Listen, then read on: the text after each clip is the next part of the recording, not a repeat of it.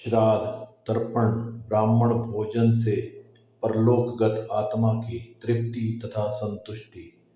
परम पाद पूज्य श्रीमद् जगद्गुरु शंकराचार्य गोवर्धन पीठाधीश्वर श्री निरंजन देव तीर्थ जी महाराज जी की जुबानी बिल्कुल सत्य घटना।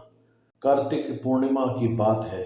भारत के सुप्रसिद्ध महान तीर्थ श्री गढ़मुक्तेश्वर मेले पर वहां एक विराट सनातन धर्म सम्मेलन हुआ।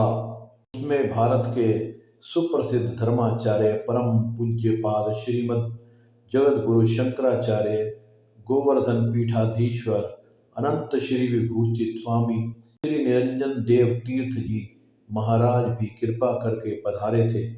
चर्चा में प्रसंगवश पूजावाद श्री श्री आचार्य चरण ने अपने श्रीमुख से एक परलोकगत आत्मा ने किस प्रकार अपने लिए अपनी पुत्री से श्राद्ध, तर्पण, ब्राह्मण भोजन, दान आदि की मांग की और उसके निमित्त सब कुछ करने कराने पर उसे किस प्रकार पूर्ण संतुष्टि हुई, इस संबंध की एक महान आश्चर्यजनक सत्य घटना सुनकर लिखवाई। वही घटना नीचे दी जा रही है। अभी कुछ ही दिनों पहले की बात है। हम बिहार में गिच्छी गए थे। वहाँ एक तमिल परिवार रहता था। वह तमिल सज्जन एक सरकारी कर्मचारी हैं। एक दिन उनकी धर्मपत्नी हमारे निवास स्थान पर आकर हमसे मिली। वे शुद्ध हिंदी नहीं बोल पाती थी, इसलिए उन्होंने अपने विचार अंग्रेजी में प्रकट करते हुए कहा, महाराज, हम लोग तमिल हैं। हमारे प्रदेश की और हमारी जाति की प्राचीन प्रथा के अनुसार कन्या की माता की समस्त संपत्ति को उत्तराधिकारिणी हुआ करती है। इसलिए अपनी माता के देहावसान पर मैं भी इस प्रथा के अनुसार अपनी माता जी की समस्त संपत्ति की उत्तराधिकारिणी बनी। जब तक मेरा विवाह नहीं हुआ था, तब तक मैं सदा सुख, शांति और बड़े आनंद के साथ रही। जब तक मेरा विवाह नहीं हुआ था, तब तक मैं सदा सुख, शांति और बड़े आनंद के साथ रहती रही। मुझे किसी प्रकार का कोई कष्ट, क्लेश नाम मात्र को भी नहीं था। पर ज्यों ही मेरा विवाह हुआ और मैं ससुराल गई, त्यों ही मेरे चित्त में निरंतर बड़ी बेचैनी, अशांति और क्लेश रहने लगा। रात्रि में नींद भी नहीं आती थी। ससुराल में सब प्रकार का सुख था, किसी भी बात की कोई कमी नहीं थी। पति, सास, ससुर आदि सब मुझे बड़े प्रेम से रखते थे तथा बहुत अच्छा व्यवहार करते थे। फिर भी मेरा मन क्लेश से भरा रहता था। इसका कारण मैं तनिक भी नहीं समझ सकी। एक दिन मैं नित्य की भांति रात्रि में अपने पलंग पर सोई हुई थी। उस समय मैं अर्ध जागृत अवस्था में थी। अचानक मुझे अपनी पूज्य स्वर्गीय माताजी प्रत्यक्ष दिखलाई पड़ी। माताजी उस समय बड़ी बेचैन और बड़ी दयनीय अवस्था थी। मैं उन्हें इस प्रकार देखकर एकदम घबरा उठी। अपनी पूज्य माताजी को ऐसी दुखद अवस्था में देखकर मुझे बड़ा ही कष्ट हुआ।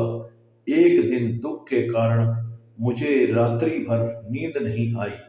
कई दिनों तक मेरा बड़ा बुरा हाल रहा। मैंने अपने पूज्य पति देव को अपनी पूज्य माता जी के इस प्रकार की कष्टक अवस्था में दर्शन होने की बात सुनाई, तो वे भी मेरी बात सुनकर बहुत ही विस्मित और बड़े दुखी हुए। अंत में एक दिन मैंने अपने पूज्य पति देव के साथ रात्रि परारोग और पुनर्जन्म की सत्य घटनाएं एक जगह बैठकर अपनी स्वर्गीय पूज्य माता जी का मन ही मन ध्यान किया और यह कहा कि माता जी, हमें आपको दुखी अवस्था में देखकर बड़ा भारी दुख हो रहा है। आप स्वयं क्यों ऐसी दुखी अवस्था में हैं? तथा हमें भी क्यों दुखी करती हैं, इसका कारण बताने की कृपया कीजिए, और यदि हमसे कोई भूल या अपराध हो गया हो तो कृपया करके बताइए। हमारे लिए आपकी जो भी आज्ञा होगी हम उसका अवश्य ही पालन करेंगे। आपकी इस बेचैनी और दुख को दूर करने का यथाशक्ति अवश्य प्रयत्न करेंगे। यह प्रार्थना कर हम बिस्तर पर लेट गए और नींद लेने का प्रयत्न करने लगे, पर प्रयत्न करने पर भी उस दिन हमें नींद नहीं आई। कुछ देर बाद अकस्मात मुझे पुनः माता जी प्रत्यक्ष दिखलाई दी और उन्होंने स्पष्ट शब्दों में बड़े क्रुद्ध स्वर में मुझसे कहा, मैंने अपनी सारी संपत्ति की स्वामिनी तुमको बनाया था, किंतु मैं आज यहाँ भयानक कष्ट पा रही हूँ। तुम लोग मेरी संपत्ति का खूब उपयोग कर रहे हो, पर मुझे कुछ भी नहीं दे रहे हो। मेरे पास वस्त्र आदि कुछ भी नहीं है। मैं भूखी प्यासों भटक रही हूँ। इधर बिना वस्त्र के ठंड से मुझे बड़ी परेशानी है। मैं इस समय बड़ी ही दीन दुखी और अशांत अवस्था में रह रही हैं। यदि तुम लोग मेरे लिए इस समय कुछ नहीं करोगे और मुझे कुछ नहीं दोगे तो बस याद रखना, मैं तुम्हारी सारी संपत्ति छीन लूंगी और तुम्हें कभी शांति नहीं पाने दूंगी, बराबर बेचैन बनाए रखूंगी। अब तो मुझे अपनी पूज्य माता जी के श्रीमुख से इन शब्दों को सुनकर बड़ा आश्चर्य हुआ और साथ ही घोर दुख भी हुआ। अपनी गलती के लिए मुझे बड़ा पश्चाताप होने लगा। मैंने अपनी पूज्य माता जी से बड़े ही विनम्र शब्दों में प्रार्थना की, माता जी, अपने प्रदेश में जिस प्रकार के ब्राह्मण हुआ करते हैं, यहाँ पर वैसे ब्राह्मण नहीं मिलते और ना अपने देश की प्रथा के अनुसार यहाँ वैसे विधि विधान से श्राद्ध आदि ही कराए जाते हैं। इसलिए मैंने यहाँ आने पर आपके निमित्त श्राद्ध, ब्राह्मण भोजन आदि नहीं करवाया है। मेरे घोर अपराध का यही कारण है, अतः आप मुझे इस अपराध के लिए क्षमा करें और अपने प्रदेश के अनुसार विधि विधान से यहाँ श्राद्ध ना कराए जाने पर मैं क्या करूं, किस तरह करूं और इस अवस्था में मेरा क्या कर्तव्य है, यह आप कृपया कर स्पष्ट बताएं। पूज्य माता जी ने मेरी बात सुनकर कहा कि देश काल के अनुसार यहाँ पर तुम्हें जो अच्छे से अच्छे ब्राह्मण मिले और जिन्हें तुम्हारा मन अच्छा स्वीकार करे, उन्हें बड़ी श्रद्धा भक्ति के साथ अपने घर पर बुलाकर वे जिस विधि से बताएं, उसी विधि से उनके द्वारा मेरे निमित्त श्राद्ध कराओ। उन्हें श्रद्धा भक्ति के साथ भोजन कराओ और मेरे निमित्त ब्राह्मणों को दान दक्षिणा देकर संतुष्ट करो। मेरे निमित्त अन्न वस्त्र आदि भी दो। तुम्हारा इस प्रकार से दिया हुआ दान मुझे अवश्य मिलेगा और उससे मुझे निश्चय ही तृप्ति और संतुष्टि होगी।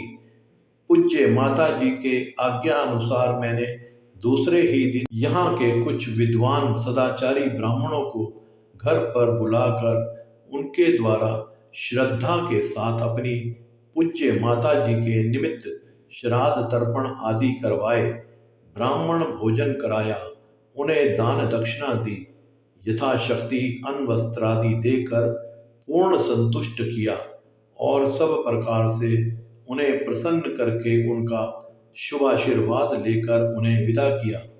मैंने अपनी पूज्य माता जी के आज्ञा अनुसार श्राद्ध तर्पण, ब्राह्मण भोजन, दान दक्षिणा आदि सब कार्य करवा तो दिए, फिर भी मेरे मन में यह शंका बनी रही कि मेरे द्वारा दिए गए श्राद्ध दान माता जी को मिले होंगे या नहीं।